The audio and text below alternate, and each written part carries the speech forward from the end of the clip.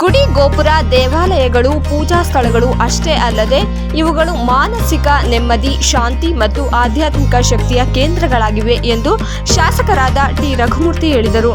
ಚಳ್ಳಕೆರೆ ತಾಲೂಕಿನ ಬೆಳಗೆರೆ ಗ್ರಾಮದ ಮಟ್ಲಿಗೆರೆ ಕೆರೆ ಹಿಂಭಾಗದಲ್ಲಿ ನೆಲೆಸಿರುವ ಶ್ರೀ ಕಾಟಮಲಿಂಗೇಶ್ವರ ಸ್ವಾಮಿಯ ನೂತನ ದೇವಸ್ಥಾನ ಲೋಕಾರ್ಪಣೆ, ಕಳಸ ಉತ್ಸವ ಹಾಗೂ ನೂತನ ವಿಗ್ರಹ ಪ್ರತಿಷ್ಠಾಪನಾ ಪೂಜಾ ಕಾರ್ಯಕ್ರಮದಲ್ಲಿ ಭಾಗಿಯಾಗಿ ಅವರು ಮಾತನಾಡಿ, ಇಂದಿನ ಒತ್ತಡದ ಜೀವನದಲ್ಲಿ ದೇವಾಲಯದ ಆವರಣವು ಭಕ್ತರಿಗೆ ದೈವಿಕ ಅನುಭವ ಮತ್ತು ನೆಮ್ಮದಿಯನ್ನು ನೀಡುತ್ತದೆ.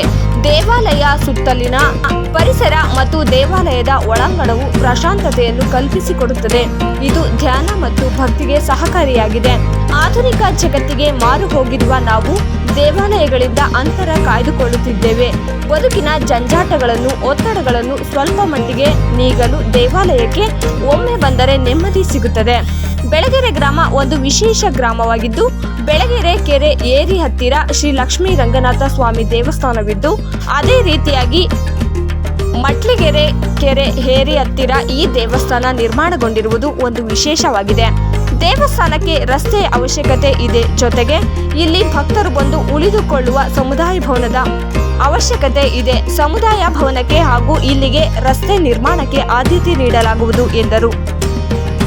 ಈ ಸಂದರ್ಭದಲ್ಲಿ ಪರಶಂಪುರ ಬ್ಲಾಕ್ ಕಾಂಗ್ರೆಸ್ ಅಧ್ಯಕ್ಷರು ಹಾಗೂ ವಕೀಲರಾದ ಜಿಟಿ ಶಶಿಧರ್, ಕಾಡುಗೊಲ್ಲರ ಸಂಘದ ಯುವ ಘಟಕದ ಅಧ್ಯಕ್ಷ ಸಿದ್ದಾಪುರ ವೀರೇಶ್, ಮುಖಂಡರಾದ ಬೆಟ್ಟಪಳ್ಳಿ ಮಹಾಲಿಂಗಪ್ಪ, ದೇವಸ್ಥಾನ ಪೂಜಾರಿಗಳಾದ ಮಹಾಲಿಂಗಪ್ಪ, ಮುಖಂಡರಾದ KT Nijalingappa, Pandurangappa, C Rajanna, Patel Gopinath, Pooja Rangaswamy, A Suresh, Pandurangappa, Shivanna, Gopalappa, Madhuveerappa, Giriyappa, Belagere ಗ್ರಾಮ ಪಂಚಾಯತಿ ಆಡಳಿತ ಅಧಿಕಾರಿ ರಮೇಶ್, ಮಹಂತೇಶ್, ಪೂಜಾರ್ ಶ್ರೀಧರ್ ಸೇರಿದಂತೆ ಗ್ರಾಮಸ್ಥರು ಹಾಗೂ ಮುಖಂಡರು ಹಾಗೂ ಪೂಜಾರಿಗಳು ಇದ್ದರು.